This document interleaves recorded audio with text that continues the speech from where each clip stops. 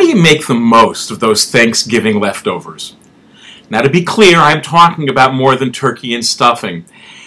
But because I do like food, and there are so many ways not to let that food go to waste, can I at least point out that from the classic turkey sandwich, and by the way, if you put a little cranberry sauce and spicy mustard on that, oh, it's amazing, to the leftover sweet potatoes you may have, which you can turn into these incredible gnocchi if you just add an egg and some flour and a little bit of salt, you really can extend the holiday meal in some pretty amazing ways.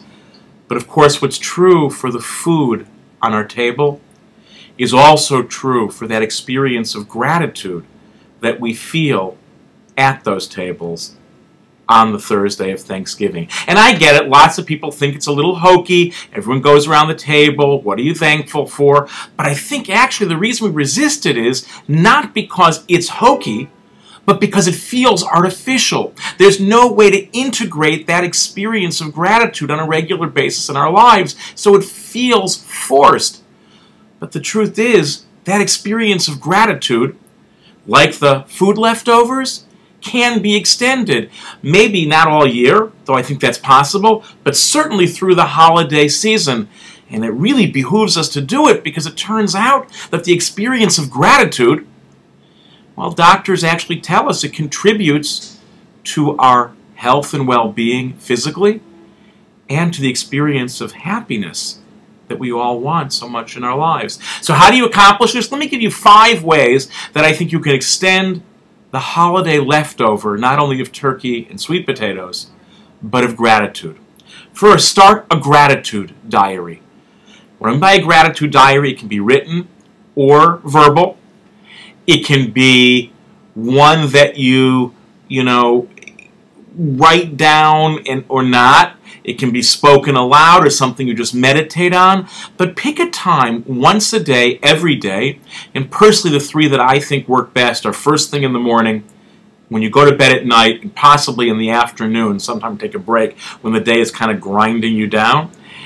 And identify something for which you can be genuinely grateful. That's a gratitude diary. That's step 1. Step 2 is if you do the gratitude diary every day, once a week share something from that diary with someone you love, someone you care about. And it's amazing. Tell them a story. Tell them that you're feeling grateful for whatever it is, and don't be surprised. You're going to be smiling by the end of that description. Number 3, try and remember that happiness and satisfaction are not the same thing. You can be dissatisfied. You can feel that you don't have all that you want and still be genuinely happy with what you do have already in your life. In fact, my experience is that if you can be happy with what you have, it's actually a tremendous resource in going out and pursuing more of what you still want.